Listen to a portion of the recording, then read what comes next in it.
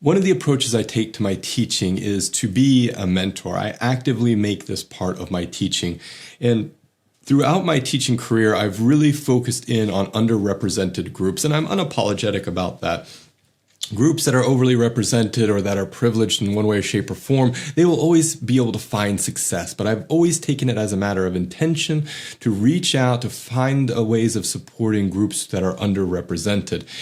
And so I began, as the years went by, to notice that there was a sort of a network that I was part of students who kind of shared commonalities, and that commonality being that they were underrepresented in some way. And so a lot of these were women. There were some racial and ethnic minorities. There was a lot of people along the LGBT spectrum, a lot of trans persons. And I became part of their network. I became part of their social network. And it was really fulfilling. It was really enriching to my life because I got a whole new perspectives, and I got to work with groups of people who didn't have the same experience that I did. And we would share stories. I would share my stories. They would share their stories. We kind of interacted and tried to build relationships with each other. One time I was having lunch with one of these students, and this is an incredibly talented student, kind of student that comes along once every 5 years, and you see that student and you say, oh my gosh, you are going to achieve great things. You're going to do something really powerful and wonderful in your career. And she confided in me that she was going through, she was experiencing mental and emotional abuse in her home. And there's nothing, as a teacher, at least university teachers, there's nothing they do to prepare you for that kind of an experience. There's not really a rule book here. It's not like, oh, if a student comes to you with and they're experiencing any form of abuse, this is what you should be doing. And so I just listened. I just sat and tried to make sure that she felt heard, that she felt seen. And of course, not try to solve the problem, because there was no problem for me. There was no way for me to solve any problem. And I just told her, I'm here. I said, I'm here for you. If you need, for whatever reason, just say.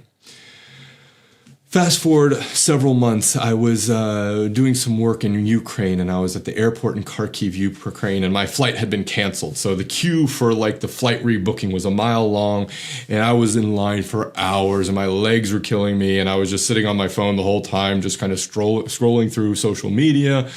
And I get a text message from one of my other students, and she asked me, can we use your office? And I said, sure, no problem. And she said, okay, this student that was experiencing the abuse, she's left her home, and she would like to just use your office for a little bit to kind of process everything that had happened.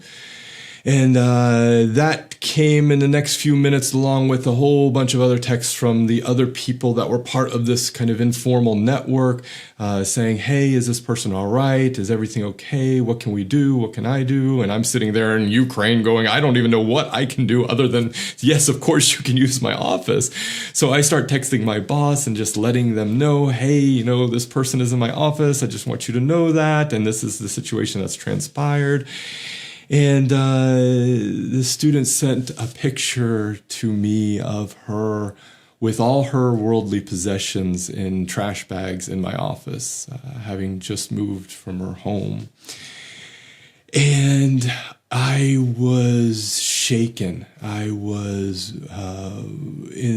standing there in the airport queue, moved to tears. Because I saw the profound impact the profound sense of strength that she was showing to get out of her abusive situation. And moreover, it was so amazing to see this network of other people who saw her, who knew her struggles, reach out and support her. They came together in a really, really big way. And it was the most beautiful, beautiful thing you could possibly imagine. And these were the same students, the same network of students that I was mentoring, that I was part of, that I was working with, that I was collaborating with. So just knowing that I was part of this support network it touched me profoundly, and it really made me so incredibly grateful. And since that day, the person is safe, she's secure, and she's thriving in the work that she's doing. And so I guess the takeaway from this story is that helping someone doesn't have to mean saving them.